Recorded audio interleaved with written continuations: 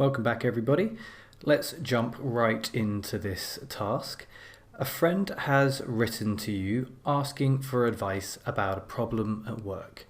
You have had a similar problem in the past. Write a letter to your friend.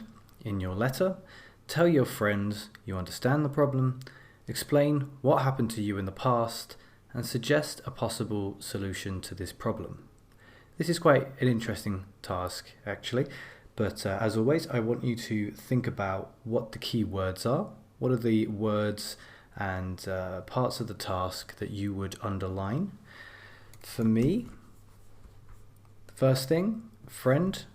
We've talked about it a lot, but that gives away the tone that we should be using, the informal tone. We are being asked for some advice. This is crucial. This is essentially the purpose of the letter. About a problem at work. Problem at work a friend is having. And so we have had, this is what makes the task kind of interesting, we have had a similar problem in the past. So we're going to be using, we're encouraged to use a mix of tenses, looking at the past, looking at the present, and then maybe what the future will hold if the person adopts some solutions. So the specific directives are to tell your friend that you understand the problem, explain what has happened to you in the past. So we need to explain what happened in the past, and we need to suggest a possible solution. So as I say, this kind of gives away this idea that we're going to be using a range of tenses. We're looking at the past, we're going to look at the present, and we're looking at the possible future as well. So all of these words are very important, and you should be thinking of these keywords on this level, on the level of time and tense and grammatical range, as well as the vocabulary that you'll use. So let's come over to the plan. And as we know, we're dealing with an informal letter because we're writing to a friend. And what is the general purpose of this letter? What type of letter is this? It is a letter of what? I think it should be quite clear that we're dealing with a letter of advice. We are being asked to give advice to our friend. Having that purpose there, as I've said before, just keeps us very clearly focused on what the purpose of the letter is. So we use specific vocabulary for that purpose and keep focused on the task itself. Let's think about the plan. We should know this by now, but dropping paragraph 1, because we'll think about it when we come to it. It's a very short paragraph, but we'll use P2, P3 and P4, looking at the bullet points. The first one being, tell your friend that you understand the problem. So what can we say here? This is quite tricky because you're basically told what to say. I understand the problem. How do you turn that into a paragraph? This is the point of the plan, so that you're not stuck for ideas later. You come up with a couple of keywords now just to make sure that you're not losing time later on trying to rack your brains for ideas. First thing to say is what the problem is. The friend obviously knows what the problem is, you know what the problem is, but we will find a way to refer to the problem in a way that's not unnatural. Let's imagine what are some typical work problems. I would imagine a very common one is a fallout with a colleague, a fallout with your boss maybe. So falling out with the boss. Can that be enough? Maybe, I mean, what would be the result of falling out with your boss? Obviously it's upsetting, but there may also just be an element of tension in the workplace that's stopping you from being productive. We'll come to that later. So the next paragraph, we're explaining what happened to you in the past. So we might say that we've had multiple confrontations or something like that. So it's happened to us with multiple bosses. And then we might talk about how we dealt with it ourselves. We could say maybe we just spoke to them openly about the problems rather than keeping everything inside and pretending it would go away or hoping it would go away. And now this is a bit tricky because in the next paragraph we're going to suggest a possible solution, and you could argue, oh, we've done that here, but that's not really the same. We've talked about what we would do. The advice that we give our friend can be the same, can be different. We'll talk about a very good way of transitioning between these two paragraphs in a moment, but what I'm just going to write here is that we should just, again, as I've said, speak to the boss. and maybe just a word about how to speak to them. So not confrontational, not too forceful, not too aggressively. But we'll work that out when we get there. As long as we have a couple of ideas, then we're not panicking when we reach the paragraph. So let's leave that on the screen here, and we'll come over to the letter. We're going to start with the name Vicky this time. So again, it's a short form of a name, Victoria. It's just the first name. It's an informal letter. It's related to work. This is quite a unique task because it's related to work, but it's informal. It's not even semi-formal. It's informal. So you can continue to use that informal language, but with the topic of work. So how could we start here? I would like to start with the purpose. In fact, what I would like to do is this is quite rare, but I would like to look at two sentences as this purpose sentence. And the first thing I want to do is to apologize. Not apologize for something I've done, but say sorry that this person is going through this experience. So we'll say nice and simple, nothing too fancy. I'm so sorry. I'm very sorry. I'm so sorry is better because it's more informal. I'm so sorry to hear about your problem at work. So we know up here, we can even reference that. Maybe I should have highlighted that, but they wrote to us. This is how we know about it, and we've just heard about it. So we're referencing the fact that we've heard about the problem. I'm so sorry to hear about your problem at work. That's the first thing to say. Get that out of the way first, and then we come to the purpose. Now, a lot of the time I am writing to inform you, etc. This time, I'm going to go with something a bit different.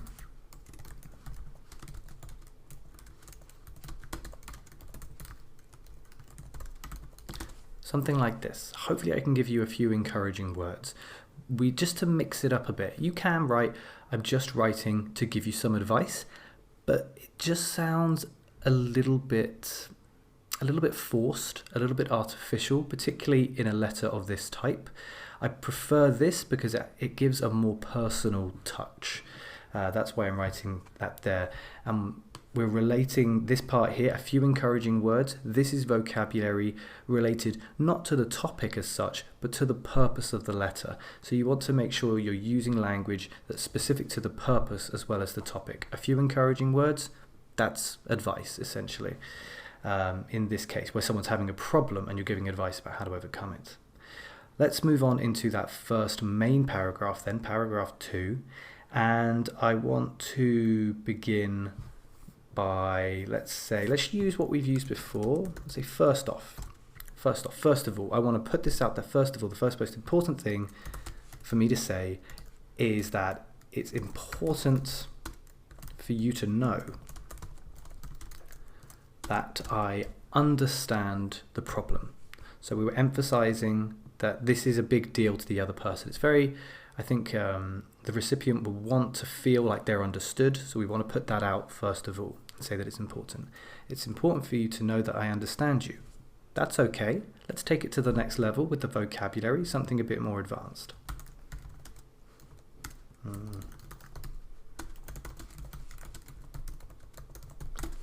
Understand where you're coming from. That is nothing to do with location. It's not, oh, I know you've just come from the city. I know you've just come from another country. It's coming from in terms of the situation that the person is in or the emotions that the other person is feeling. Now I'm going to actually simplify the language here, but at the same time as simplifying, I am also adding a layer of language command. It will look a bit strange, but I'm going to change understand to get. And there are two reasons for this. First of all, get, the way we usually use get, is not in this context. We usually talk about get as in I'm going to get a glass of water, so to collect it. But to get in this context is a little bit more, it's less common. So you're showing a level of English command there that you wouldn't otherwise see from understand. The other thing is that we have understand in the task itself, and so we are paraphrasing here. Even though it may look like a simpler word, you're actually showing a higher level of ability than you would with just understand. So it's important for you to know that I totally get where you're coming from. Now, we wanted to talk about what the problem is. I'm just going to jump straight into that. So we won't give it much introduction because both of you know what the problem is already. So we're just going to go and use it as the subject itself, falling out with, I've followed my plan too closely there, falling out with your boss. And when I say your boss, I don't mean the recipient's boss. I use you to mean the informal you, like everybody falls out with their boss.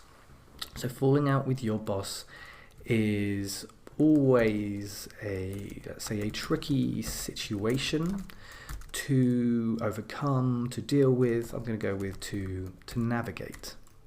You may argue that's a little bit formal. I think it's perfectly fine. You're allowed to use some more complex vocabulary. This is a nice verb to use here. So to navigate, and we've got this tension idea here. So why is tension a problem? Well, it'll stop you from doing your work. So let's communicate that point. I know you'll just want to get on with your work.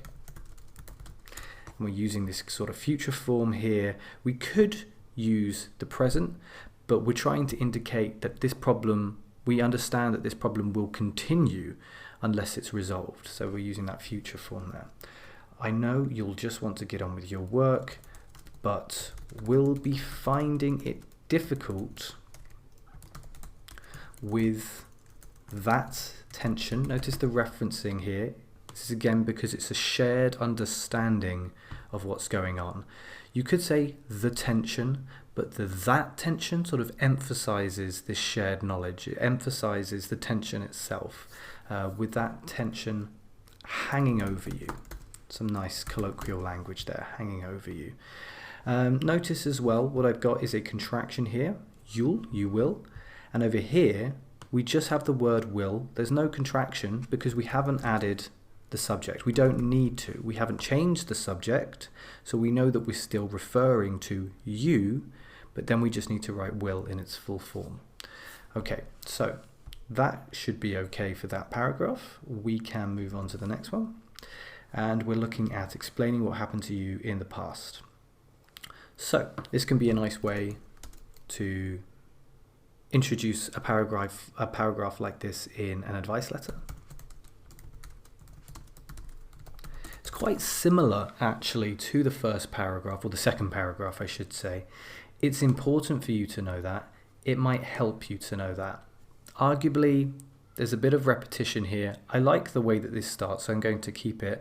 I don't think there's a problem really with that. You don't want to overthink this. But this is the sort of language that comes across quite well in advice letters, in letters of consolation as well. So it might help you to know that I fell out. Now, what I'm going to do here, not one, not two, but three bosses. So notice the commas that I'm using here. So we're trying to use a device which emphasizes the number. Not one, not two, but three. But three bosses in the past. And because there's if we add an exclamation mark here, it adds an element of humor there as well. We're trying to lighten the tone. This is a sad situation. Let's bring a little bit of lightness in to make our friend feel better. So not one, not two, but three bosses in the past. So it's okay to add the exclamation mark there to inject a bit of lightness. Okay, so we have the multiple bosses part. Before I come on to talk about what I did, let's talk about myself a little bit. This is a nice expression. You know me. You know me. It's like you understand what my personality type is like. You know me. I'm hardly the confrontational type. I'm not the type of person who gets into arguments for argument's sake. For no reason, essentially. I don't like confrontation. This is a nice expression to use. The adjective type. I'm not the aggressive type. I'm not the self-pitying type. I'm not the lazy type. We usually use it with negative adjectives, or adjectives that could be seen as negative. So I'm hardly the confrontational type. So now we explain what we did. So in my case, as happened to me, in my case, I managed to, now a nice expression here, smooth things over. That's a way of resolving conflict with a person, to smooth things over with that person. So with each of them, as in all three bosses, by speaking openly, yeah, we'll come to that in a minute. Let's add a little bit more vocabulary. Asking for a private word. Asking for a word is also okay, but adding the adjective just gives a little bit more detail, a little bit more colour to the idea. So by asking for a private word, basically speaking to them one-on-one about a particular topic or an issue. Asking for a private word, and then when speaking to them one-on-one, speaking honestly about my concerns. So I managed to smooth things over with each of them by asking for a private word and then speaking honestly about my concerns. So that's what happened to us in the past. We stuck to that bullet point directive. We haven't strayed. But now we're going to come to suggest a possible solution. And this is where I talked about earlier. This offers the chance for a nice transition from that third paragraph into the fourth paragraph, because we can add this so, very basic language, but there's a reason that we're using it. So, because of this, because of what I did, I can now tell you that you should do this. So this is how I'll write that. So, if you ask me, this may look a bit silly. We know they're asking us. They've written to us to ask us, but we still write that. It's okay to write that.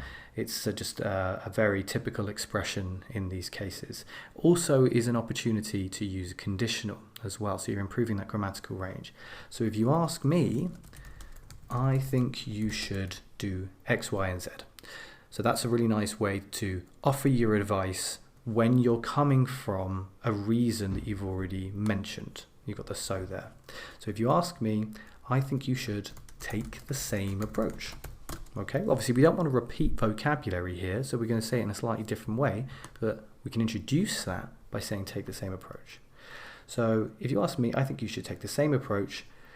How? Maybe begin by perhaps drop your boss an email. Notice not send your boss an email. It's okay, no problem with writing send, but it won't get you a bad 9. So drop is a very informal way of saying send an email, send a text, drop them a text, drop them an email. Drop your boss an email and ask if you could, now we've already used ask for a word, so we won't use that again, but another nice expression, if you could borrow 2 minutes of his time. So if you could borrow, you could also use a couple of minutes, that's also fine of course, but the nice expression to borrow someone's time. Quite informal, you could probably use it in a semi-formal letter as well, but it's I probably would avoid it in a formal letter, but it's showing a range of vocabulary. So if you could borrow 2 minutes of his time. Now we want to come on to this non-confrontational. So we've told them what they should do, or what we would do if we were them. Let's talk about what we wouldn't do if we were them. Again, another opportunity to use conditional vocabulary, conditional grammar. So I wouldn't be too...